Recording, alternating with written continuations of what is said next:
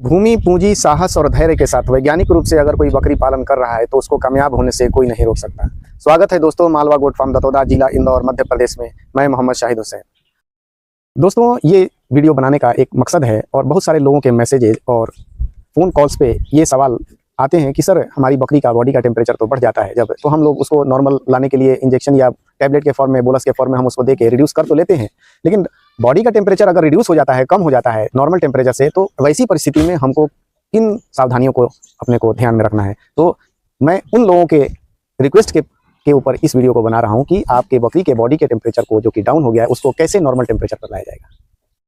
दोस्तों Malwa goat farm और goat and sheep farmers welfare association GSFWA के तत्वावधान में 19 फरवरी से 23 फरवरी के बीच 5 दिवसीय वैज्ञानिक और व्यावसायिक बकरी पालन प्रशिक्षण प्रारंभ होने जा रहा है, जिसमें बकरी पालन के वे सभी गुण बताए जाएंगे जो एक आम बकरी पालक के पास होने चाहिए।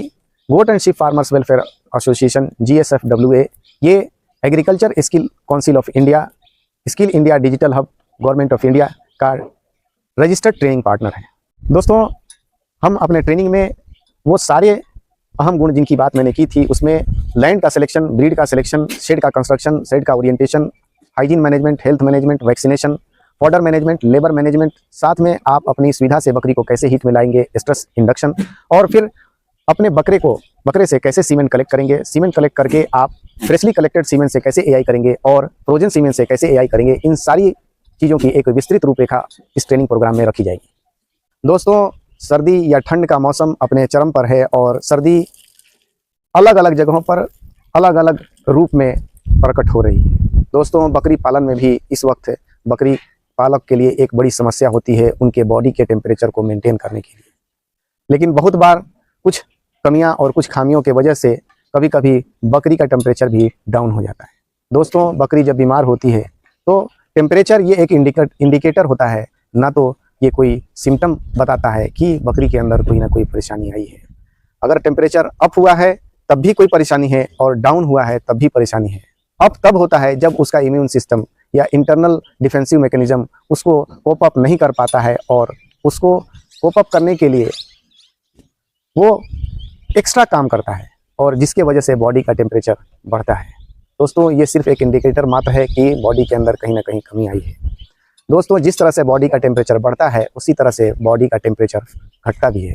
अगर बढ़े हुए टेम्परेचर को सामान्य टेम्परेचर पर लाने में बहुत ज़्यादा असुविधा तो नहीं होती है, सिंपली या तो एक इंजेक्शन या एक बोलस के फॉर्म में देकर उनको उसके टेम्परेचर को नीचे लाया जा सकता है। लेकिन समस्या वहाँ खड़ी होती है कि बॉडी का टेम्परेचर नॉर्मल टेम्परेचर से नीचे चला गया, डाउन हो गया है। अब उसके टेम्परेचर को कैसे मेंटेन किया जाए या नॉर्मल टेम्परेचर पर कैसे लाया जाए, तो दोस्तों उसके लिए हम आपको ये 4 टूल्स बताएंगे, जिसमें 2 लिक्विड फॉर्म में है और 2 इंजेक्शन के फॉर्म में है। कि अगर किसी बकरी के बॉडी का टेम्परेचर कम हो गया है, अब 101 से कम हो गया यानी 98-99 फ़ारेनहाइट पे आ गया है, अब वो बकरी सुस्त होकर किनारे खड़ी हो जाएगी, ना तो वो खाएगी ना पिएगी और बिल्कुल शांत खड़ी हो जाएगी। दोस्तों अगर हमने बॉडी के टेम्परेचर को उसको मेंटेन करने की कोशिश नहीं की तो ये बकरी आपके हाथ से जा भी सकती है। इसके लिए हम जो बॉडी का टेम्परेचर है मेंटेन करने के लिए, कि बॉडी का टेम्परेचर मेंटेन कैसे होता है, वो ग्लूकोज के लेवल से ही होता है। अगर उसके अंदर बॉडी के अंदर ग्लूकोज का लेवल कम हुआ, एनर्जी का लेवल कम हो गया और वो खा नहीं रही है, तो कहीं ना कहीं ग्लूकोज का लेवल कम होता है। हम उसी ग्लूकोज को हम उसको सप्लीमेंट के फॉर्म में, हम ओरल फॉर्म में देते हैं, जिससे कि बॉडी का टेम्परेचर थोड़े समय के बाद वो नॉर्मल पे आ जाता है।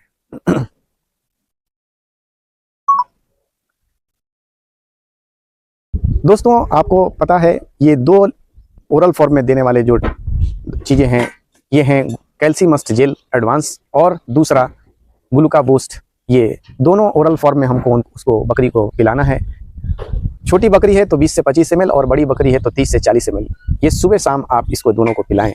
और एक इंजेक्शन है कॉन्सीप्लेक्स, ये मल्टीविटामिन का एक इंजेक्शन है, इसको आप 1 से 2 ml के बीच में लगा सकते हैं। और एक इंजेक्शन है मैकोवेट, ये भूख को इंड्यूस करता है। ये भूख को इंड्यूस क्या करता है, ये बेसिकली विटामिन B12 का इंजेक्शन है, जो कि एडिशनली हमको सप्लीमेंट के फॉर्म में बाहर से ही देना पड़ता है। कोबाल्ट मेटल जो कि विटामिन B12 के सिंथेसिस के लिए बहुत इंपॉर्टेंट होता है, और अगर उसकी कमी होती है या नहीं होता है तो वो बॉडी में उसका सिंथेसिस नहीं हो पाता है।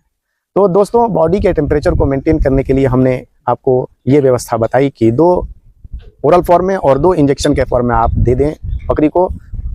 आप आधे घंटे से 1 घंटे के बीच में वो कंफर्ट जोन में आना शुरू हो जाती है बकरी, और धीरे धीरे वो नॉर्मल पे आ जाती है।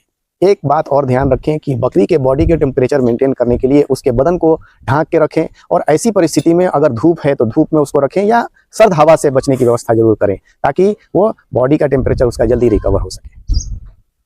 दोस्तों, आशा करता हूं कि ये वीडियो आपको पसंद आया होगा। अगर आप पसंद करते हैं तो लाइक और सब्सक्राइब जरूर करें और दूसरे लोगों तक इसको पहुंचाने का माध्यम बने। दोस्तों, आपका सब्सक्रिप्शन मेरे लिए प्रेरणा का स्रोत होता है और आगामी वीडियोस के बनाने तथा उसकी निरंतरता को बाकी रखने में अहम भूमिका निभाते हैं। तो दोस्तों, मिलते हैं आगे कुछ नई इन्फॉर्मेशन के साथ अगले वीडियो में। तब तक आज्ञा दीजिए। धन्यवाद।